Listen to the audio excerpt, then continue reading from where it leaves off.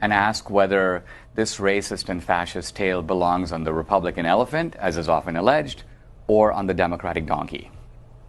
You tweeted yesterday, the left-wing critics can only bash my book and movie by misrepresenting them. No dummies. I'm not saying Hitler was a liberal Democrat. Why did you tweet that out? Because of a Washington Post article that basically says, hey, Dinesh claims that Hitler was a liberal. Now, this is a flat-out misrepresentation of what I say. What I say in the movie is actually much simpler and more crushing and factual. I say that Hitler and the Nazis got three specific ideas, destructive, genocidal ideas, either from American progressives or from the Democratic Party. One, Hitler was inspired by the Jacksonian Democrats of the 19th century. He said, just the way that they displaced the American Indians and took their land, I'm going to displace the Poles, the Slavs, the Russians, and take their land. So he explicitly drew from the Democratic example of the 19th century. A second example, we show this in the movie. The senior Nazis who made the Nuremberg laws, the laws that made Jews into second-class citizens, while they were making those laws, they had in their hand the democratic laws of the Jim Crow South. They had them. And they basically crossed out the word black, wrote in the word Jew, and they were off to the races. So I'm not just saying that the democratic laws and the Nazi laws are parallel. I'm saying the Nazis got it from the Democrats. Now, this is not in our textbooks. It's not on the History Channel. We don't hear about it. This is how progressive history has suppressed inconvenient facts that connect the Nazis to American Democrats and American progressives. So it's not as crude as Hitler was a liberal. I wouldn't say that. But what I am saying is Hitler actually, the Nazis were inspired in some of their concrete policies by American progressives and American Democrats, and that's a fact. And why do you feel the need to write that and make a movie? Because think about it. When today people use words like fascist, and they don't even know what they're talking about. They say things like Trump is a fascist because he was a nationalist. Now, anyone with any glimpse of history or with my kind of background knows, wait a minute, Gandhi, my countryman, was a nationalist. Mandela was a nationalist. Fidel Castro was a nationalist. Abraham Lincoln was a nationalist. So if nationalism equals fascism, all these people would be fascists. But that's nuts. So clearly that's not what fascism means. So I think if we're going to use these terms, and I don't mind using them, you have to do a bit of a deep dive into who were the fascists? What did they believe? So the reason I open up the history is the history illuminates the meaning of terms like fascism. Because you get all these sort of historians go, well, Dinesh just doesn't know what he's talking about. Well, the truth of the matter is, Dinesh is a revisionist. That's the big thing. And I am, in a sense, but what I am revising is progressive revisionism. Because the progressives have told a story about American history. And that story is rigged to leave out inconvenient facts which have been suppressed. I'm just bringing those out. So, and this is both in the area of fascism and racism. So in the area of racism, we hear things like the party switched sides. The Republicans became Democrats. Nixon's Southern strategy brought the Dixiecrats over to the Republican side. Not true. Not true. And I can document it. So I do it in very simple ways. Let's list all the Dixiecrats. There are about 200 of them. These are people who joined the Dixiecrat Party in the 40s, or they voted against the Civil Rights Act of 1964. A whole bunch of senators, a whole bunch of congressmen. Now let's count how many of the racist Dixiecrats became Republicans. Answer, out of 200, 2. One in the Senate, Strom Thurmond, one in the House, Albert Watson, and no others. Now, an historian at Princeton takes me to task. He goes, what about Trent Lott? What about Jesse Helms? What about John Tower? Well, those weren't Dixiecrats. So if you want to change the game, I'm happy to talk about it, but don't pretend like you're refuting me by giving straw man examples. Well, what I'm really doing when I list the Nazi platform is I'm basically saying, when you read this Nazi platform, is Nazism on the right, as we've all learned, or does it sound a lot like it's on the left? That's the issue I'm actually arguing about. And when you say platform, you're referring to an economic platform? No, I'm referring to the political platform in which the Nazis came to power. Remember that when Hitler was made chancellor in 1933, the Nazis were, by election, the largest party in Germany. So what did they campaign on? What was their platform? There it is. They lay it out. We show it on the screen in the movie. And so history is illuminating because in some senses, when we think today of Nazism, we only think about the Holocaust, the gas chambers, and that was 1945. But we also have to go back to early Nazism. Why did people find it appealing in the first place? And the answer was it was a collectivist ideology that was, in a sense, of a piece with progressivism. The progressives in America and the fascists in Italy and the Nazis in Germany recognized each other as on the same side of the aisle, the left. Is that after World War II, the progressives who were coming to power in academia and the media, they knew the inconvenient leftism of Nazi ideology, but they didn't like it because they didn't want to be linked with them. So they began to sort of muddy the waters and try to move fascism from the left-wing column, where it always was, into the right-wing column so that they could now pin it on their political adversaries. That was what I call the big lie. Thank you so much. The pardon was fantastic. It was exhilarating, not just because I could now vote again and own a gun, but really because it gave me my American dream back. It kind of lifted the felon label that the left had sort of hung on me. So I'm thrilled about it. Look, I mean, there's an argument about all this. I remember when I went on CNN right after the pardon, they were like, well, gee, Dinesh, you got favorable treatment because some very powerful people like Senator Ted Cruz and President Trump got you off. And my reaction to that was, well, some very powerful people named Obama and Eric Holder got me in the first place, so it took some powerful people to get me and some equally powerful people to get me off. And what were you convicted of? I was convicted of exceeding the campaign finance law by giving money to a college friend of mine who was running for the Senate. Now, look, this is an issue of equity. I did exceed the campaign finance law, so I should get whatever penalty other people get who did that. But the problem is that no person in American history has ever been prosecuted, let alone convicted or locked up for doing what I did. Recently, Rosie O'Donnell admitted that she exceeded the campaign finance law on 5 occasions. Now, she did it out of, may say, leftist enthusiasm, but in theory, there are 5 U.S. attorneys who could file charges, but none of them have talked about it. Why? This is not the kind of case that is normally prosecuted.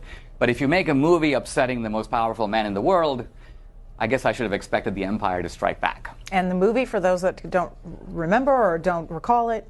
That movie was called 2016 Obama's America. Came out in 2012. My first documentary film, the new one, Death of a Nation, my fourth. Provocative, we put Trump and Lincoln and morphed their heads in our movie poster for Death of a Nation. And some people do a double take. They go, how can you do that? Well, I'm not saying that Trump is Lincoln. I mean, Lincoln was brooding, he was philosophical, he was melancholy, and that's not Trump. But their situations are kind of similar. In 1860, an outsider, a Republican, was elected president in a very close race. And the moment that he got in, all hell broke loose. The Northern Democrats, some of them were openly calling for his assassination, which actually happened eventually. The Southern Democrats were so unwilling to abide by a Lincoln presidency that they were willing to break up the country. So there was a lot of craziness going on around Lincoln in 1860, and there's a lot of craziness going on in America today. A Republican president, Trump, an outsider, comes in, and essentially we've been living in abnormal politics for one simple reason, and that is that the Democratic left cannot accept the result of a lawful election. All this stuff about Trump being a fascist, Trump being a white supremacist, is essentially aimed at the media left trying to say, we get to trump the result of the election. It doesn't matter what the American people decide. Trump is like Hitler circa 1933, and whatever means that we use to eject him and get him out of there are fine. My only objection to what the left does to the movie is you have all these critics, and I wish they would, look, I'm releasing a movie in 1,000 theaters. Greta, if this was a normal America, I would be on Good Morning America, I'd be on CNN, I would be on The View, I'd be debating these topics. But as of this date, as far as ABC, NBC, CBS, CNN, MSNBC are concerned, this movie does not exist. They will not say one word about it. They're pretending like if they don't cover it, it's not a fact in the world. I find this appalling. This is what I mean by abnormal politics. Because you're in 1,000 theaters? Because No. that's some sort of benchmark? I don't know. Well, I mean, think of it this way. Yeah. Michael Moore's about to release a movie in a month. It's going to be in about 1,000 theaters. My movie, I've made 4 movies. My last 4 movies are all in the top 10 political movies of all time. So, in a sense, I'm on the conservative side, Moore's on the leftist side. The moment he releases a movie, there's an ocean of publicity because he is, in a sense, you may say, on the politically correct side of things. And all I'm saying is, I'm demanding a right to be considered and for my views to be debated. I'm not saying I have a right to be I have a right to be on CNN. No, I'm just saying if the ideas here are worth debating, let's debate them. Well, Dinesh, what makes you think that the Obama administration went after you? You know, you made a stupid movie, and how do you know you even saw your movie?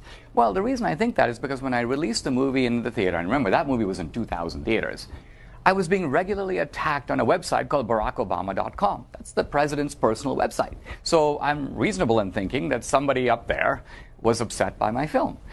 Second, when the FBI developed a file on me and a congressional committee got a hold of my file, they see in there that it's red flagged, Dinesh is a right-wing conservative.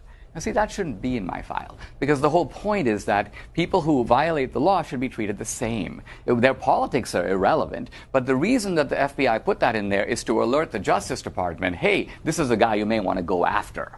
You know, and that's the thing that troubles me, is that when justice is manipulated so that the scales are tipped. Who told you that, who from a congressional committee told you that this was in your file? So what happened was, once the Republicans got control of Congress, a congressional committee asked the Obama administration to give me the file.